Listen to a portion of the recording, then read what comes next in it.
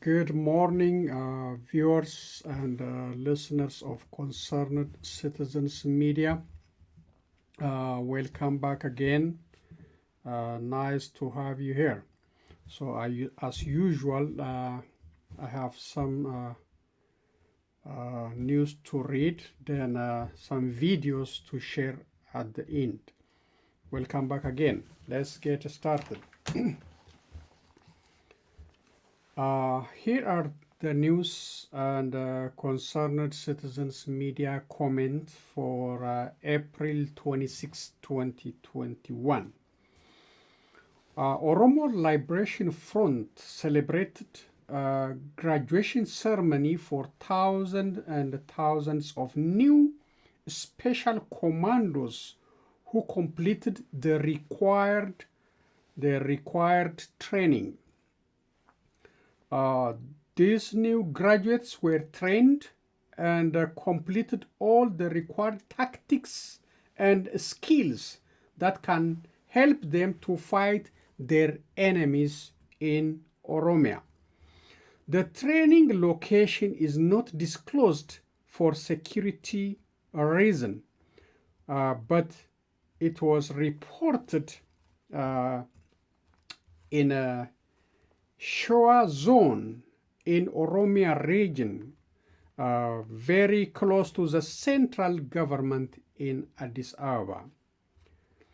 These days, Oromo Liberation Front is in good standing in its military operation capabilities, despite vast media and Ethiopia government's propaganda against it.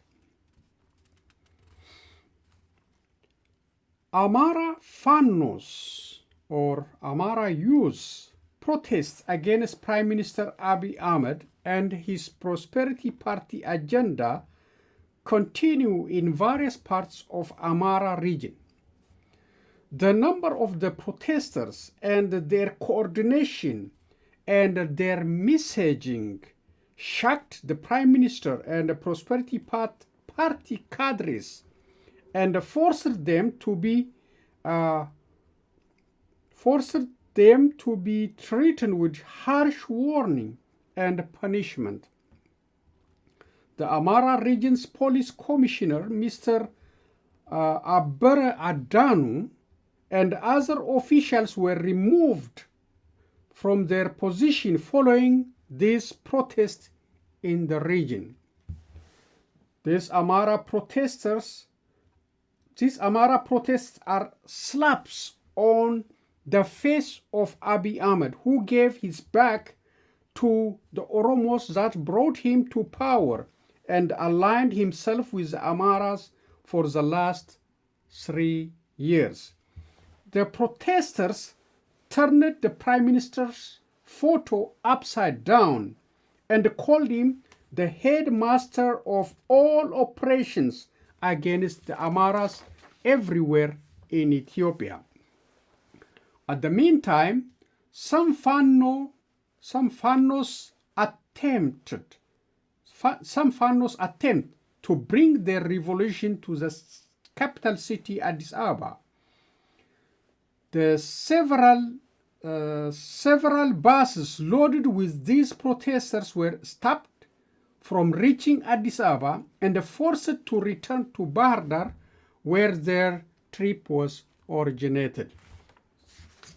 So, almost for the last 5 days, the Amhara Fanos came out in a huge number in different parts of town, cities, and villages in Amhara region, and denounced the leadership of Abiy Ahmed and blame him and the Prosperity Party for the killings and other atrocities happened against the Amharas in various parts of Ethiopia. So I have short video for this one before I go to the other reading, just to show you how these Amhara youths are detested about his policy and how they hated him to see him in the palace or Arat Kilo. Let's listen to them, then I will go to the next reading material.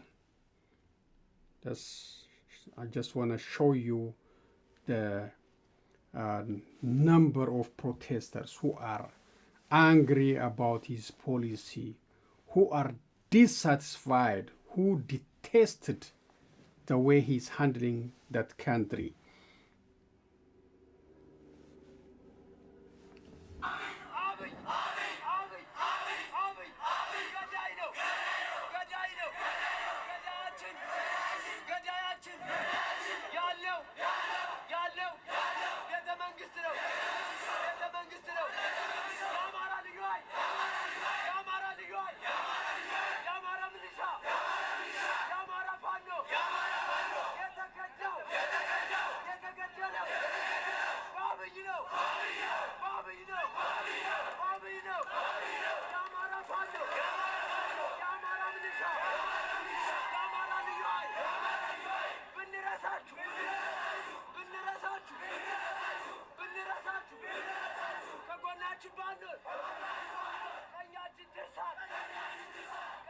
See the number of protesters? We are surrounded by CPUs, or processors. Today we want to delve into what the microarchitecture okay, of the this CPU looks like. advertisement. አድማጮቻችን እንደምናላችሁ እንደምናመሻችሁ ዛሬ በበርካታ የአማራ ክልል ከተሞች ሰላማዊ ሰልፎች ተካሂደዋል። ሰላማዊ ሰልፎቹ የአማራ ሕዝብ በተለይም በተለያዩ የኦሮሚያ ከተሞች ግድያና ጭፍጨፋ እየተከናወነበት ይገኛል። ይህንን በመቃወምና ያለውን ማስተዳደር የዶክተር አብይን አስተዳደር በመቃወም ሰላማዊ ሰልፎች Okay, that's thanks to 360.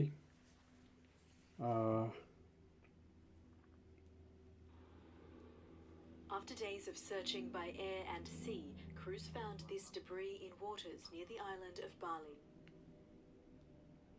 Pressure. The KRI Nangala 402 was initially classified as missing. Okay, Authorities now apologize. say they are certain it's... Night after night, these are the... Okay, sorry.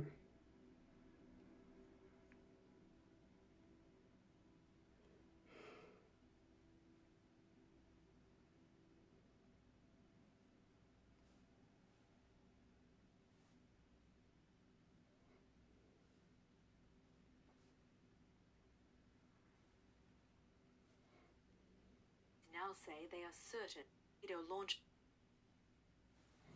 Okay, so that's the number of protesters I want to show you in Amhara region.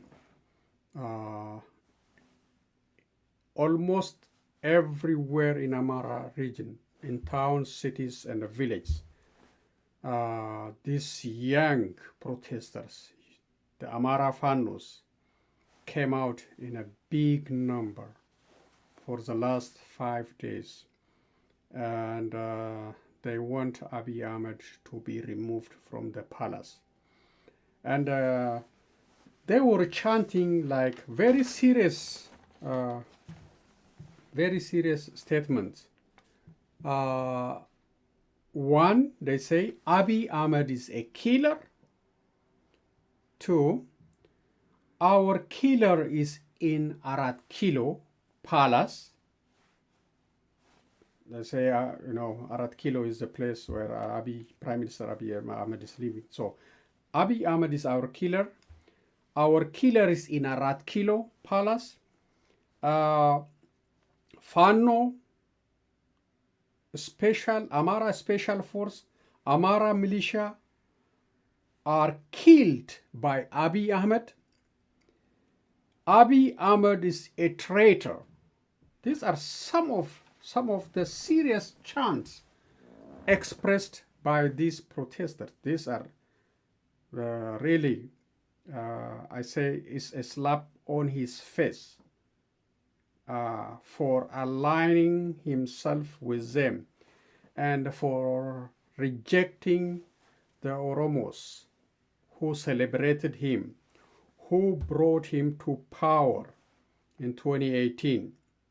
So that's a slap on his face. In general, his administration is sliding back and becoming a failed state.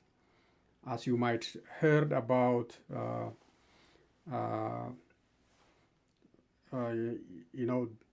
Benishangul.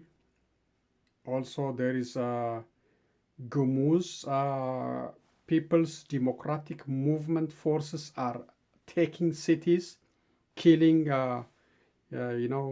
several residents, destroying government and private properties, taking over government buildings. So the country is going back to the toilet, becoming totally a failed state. So he is waging a war in Tigray. He is waging a war in Oromia. He is waging a war in a Benishangul Gumuz region. He is also,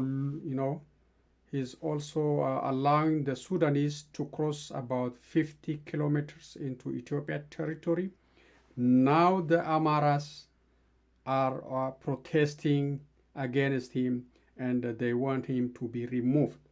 So concerned citizens media repeatedly called on Abiy Ahmed to form the transitional government with all stakeholders because he is unable to lead the country.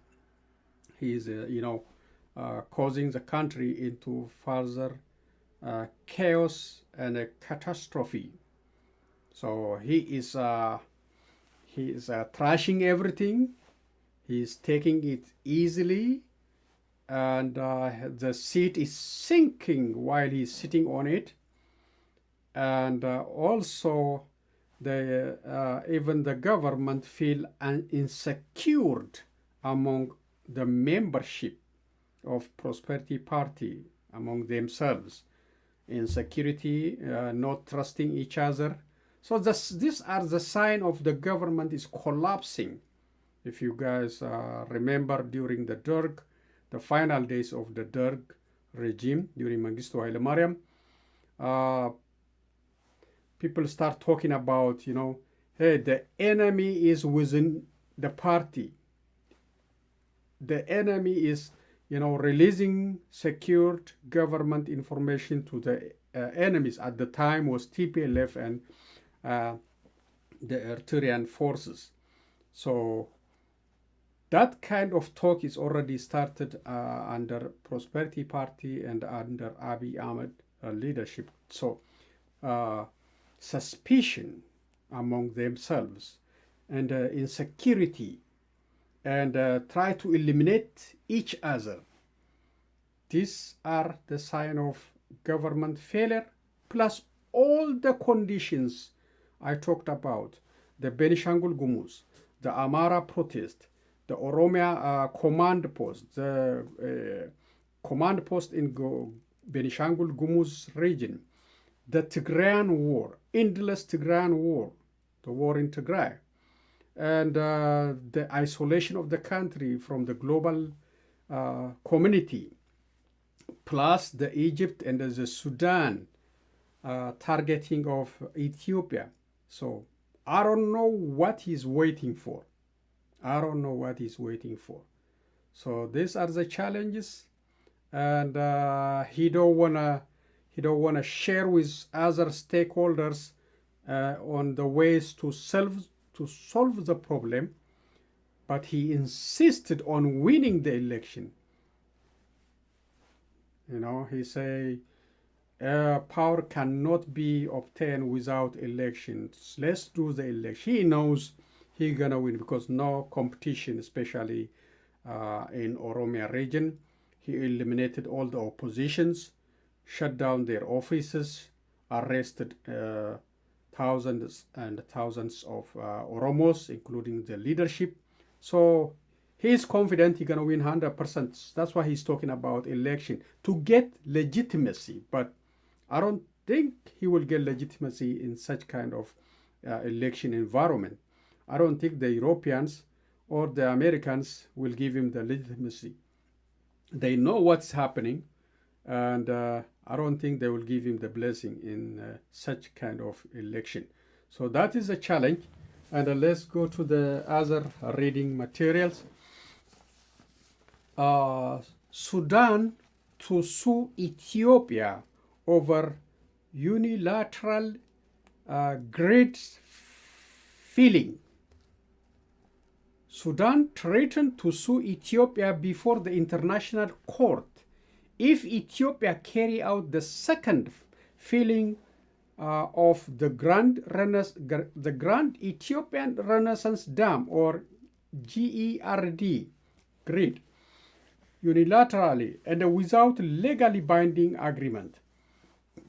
Sudan Minister of Irrigation Yasir Abbas said that his government is considering various options to protect the country from risks of giant dam and its environmental and social impact on the downstream country.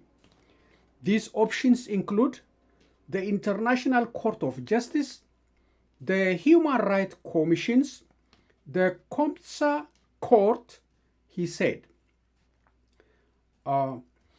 He further stressed that Sudan will file lawsuits against the Italian contracting company and the Ethiopian government. Mr. Abbas added that his government will launch a diplomatic campaign and mobilize global and regional public opinion to press Ethiopia to sign a legally binding agreement. So that is a threat from Sudan's government about the the hydro dam. Don't feel it. If you feel it, I will take you to the court. That's why the Sudan says that's a serious threat. But so far, Ethiopia rejected any threat from Sudan or Egypt or else about the project. They say Ethiopia said they will, finish the project according to their schedule. So that's remain to be seen. But that is a threat from Sudan, suing Ethiopia in International Criminal Court or taking the case to Human Rights Commission or other organizations. Fighting broke in Somalia between government and opposition party supporters.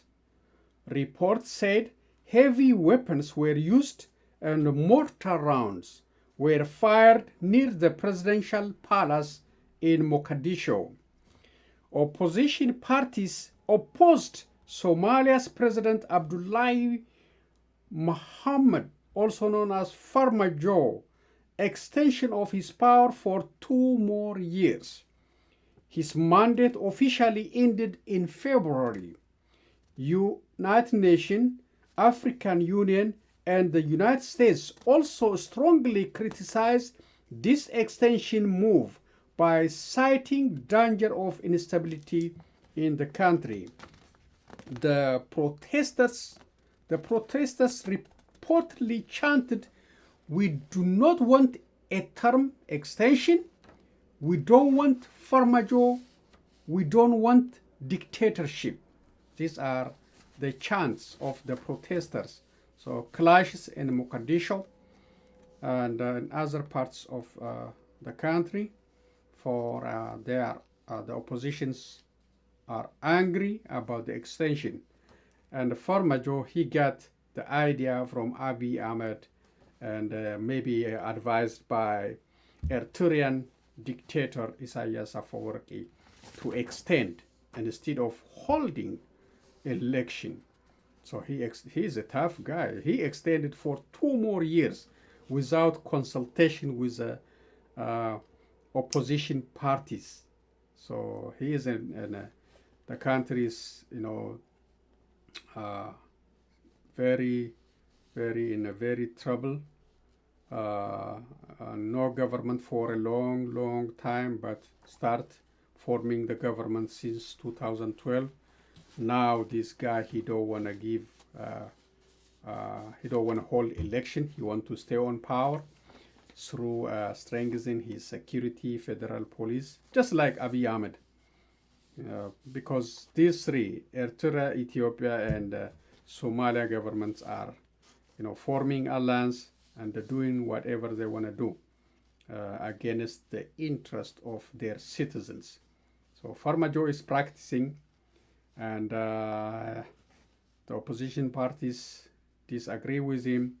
They rejected the extension. Now almost conflict is happening. He is using the forces to calm down the situation. So we'll see. We'll follow it and I will report to you. But the situation is tough now in Mogadishu. The last part for reading news today. Russia's strong warning to Western countries. Addressing top officials and legislators from both houses of the Russian parliament in the capital, President Putin said his government strived to have good relations with other countries and hoped no foreign state would cross the Kremlin red lines. We want good relations and really do not want to burn bridges, Putin said. But if someone mistakes our good intention for indifference or weakness and intends to burn down or even blow up these bridges, they should know that Russia's response will be asymmetrical, swift, and harsh. So that is a warning from Vladimir Putin of Russia against NATO, against the United States and other Western countries. So he said, be careful. Don't think we are weak or, stay away from me. That's why the Russian president say, credit CNN. So thank you. That's the reading part. And let's see some of the remaining videos and conclude today's presentation.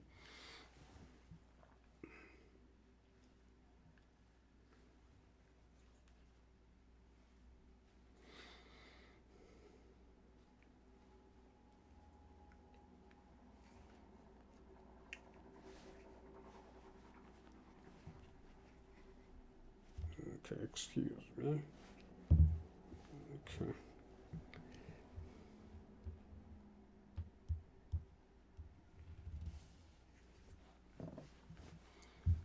Okay, let's see these couple of videos. After days of searching by air and sea, crews found this debris in waters near the island of Bali. A torpedo launch pipe, a bottle with grease, sponges, and even what appears to be a prayer mat. This debris is crucial evidence, but also cause for concern. With the discovery of evidence of equipment from the submarine, this is the proof that there are cracks in the submarine due to heavy pressure. The KRI Nangala 402 was initially classified as missing. Authorities now say they are certain it sank. Crews found an oil spill with a radius of 16 kilometers in the search area. And the vessel could be lying as deep as 850 meters below the ocean surface, exceeding what the submarine was built to withstand. 53 people were on board. Experts say it's very unlikely any have survived. My information and my experience would say the time for searching is past, the time for hoping for rescue is past. Now is the time to understand what happened. Indonesian Navy ships are on the scene, and other countries, including Australia, Singapore, and the US, are assisting with the search. Days after the submarine lost contact, Indonesian authorities say they are committed to finding it and trying to start the evacuation process, but they warn it will be risky and complicated. When the search began, Navy officials said if there had been a total power outage on board, the crew only had enough oxygen to last 72 hours. That time has now passed. We cannot say how the victims are because we haven't found them until now, so the conditions of the victims cannot be determined. The submarine was built in the late 1970s and completed a 2-year refit in South Korea in 2012. Now, after 40 years, the KRI Nangala 402 has made its final journey, and the family and friends of those on board are waiting to know what happened to their loved ones. Jessica Washington, Al Jazeera, Jakarta.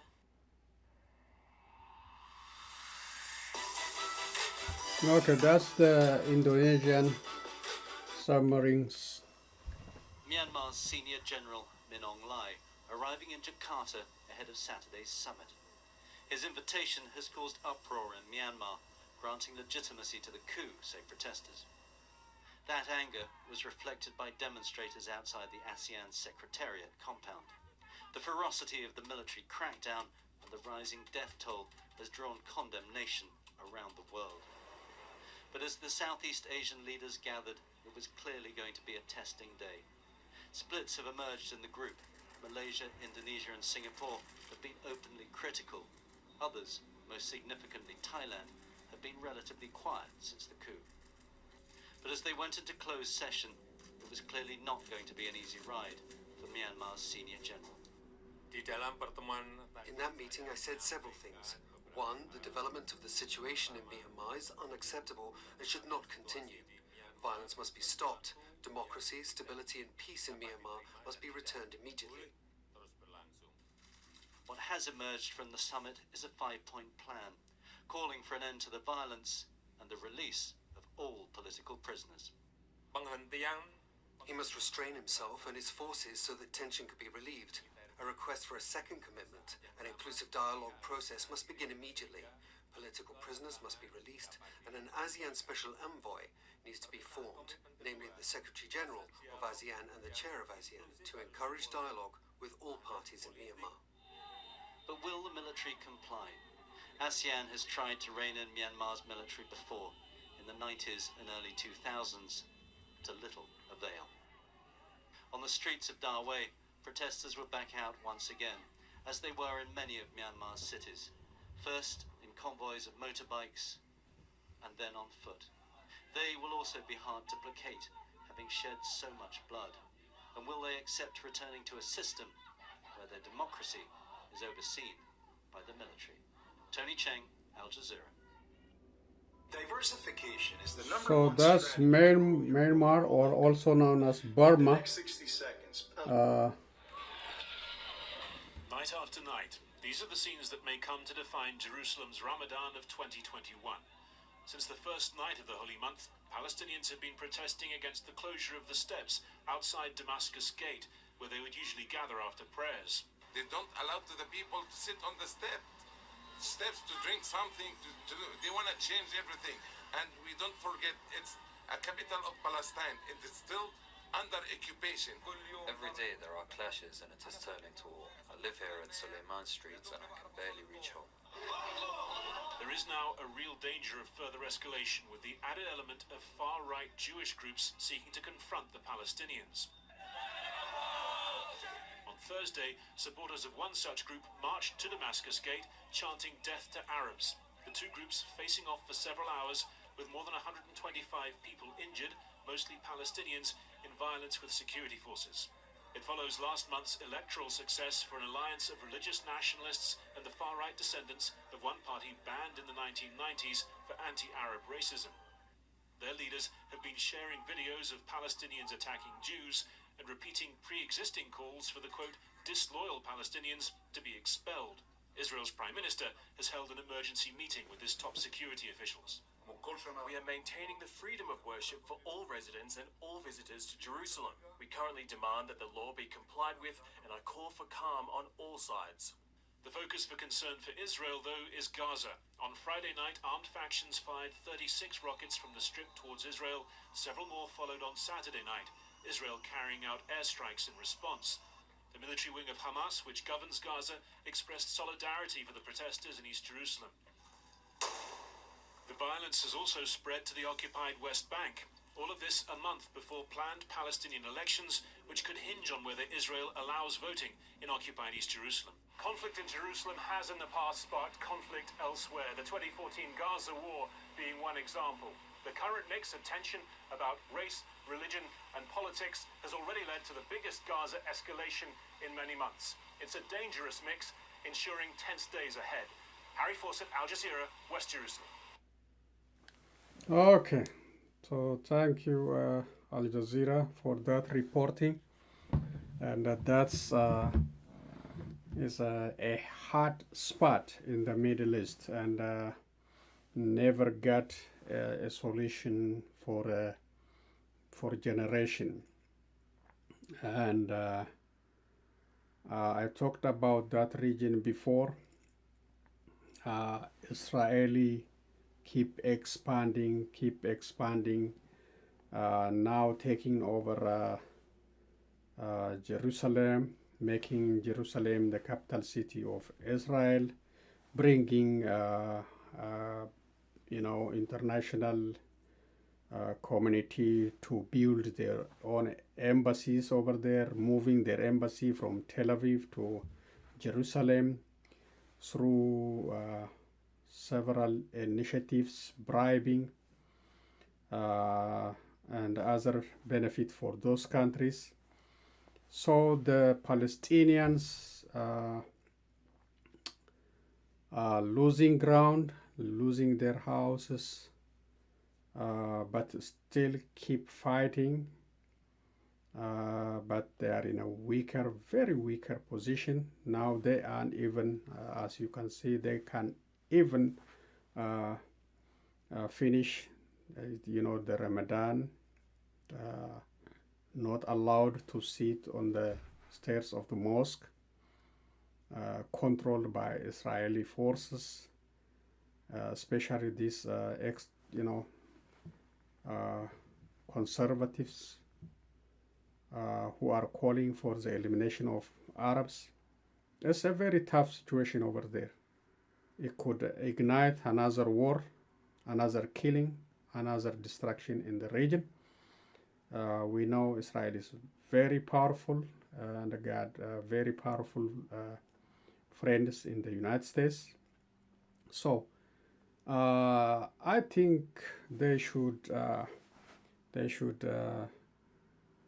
accommodate just a little bit, open a breathing space for the Palestinians to live together instead of increasing animosity, instead of putting more and more pressure on these people. Leave them so they can breathe, so they can live like a human being. So I know if you have power, you don't care about others. They got modern weapons, all kind, including the nuclear bomb. So that's a tough situation for Palestinians who got nothing. Even they don't have a knife. Even they cannot produce any metals. So many restrictions in that region. They cannot even import materials for constructions.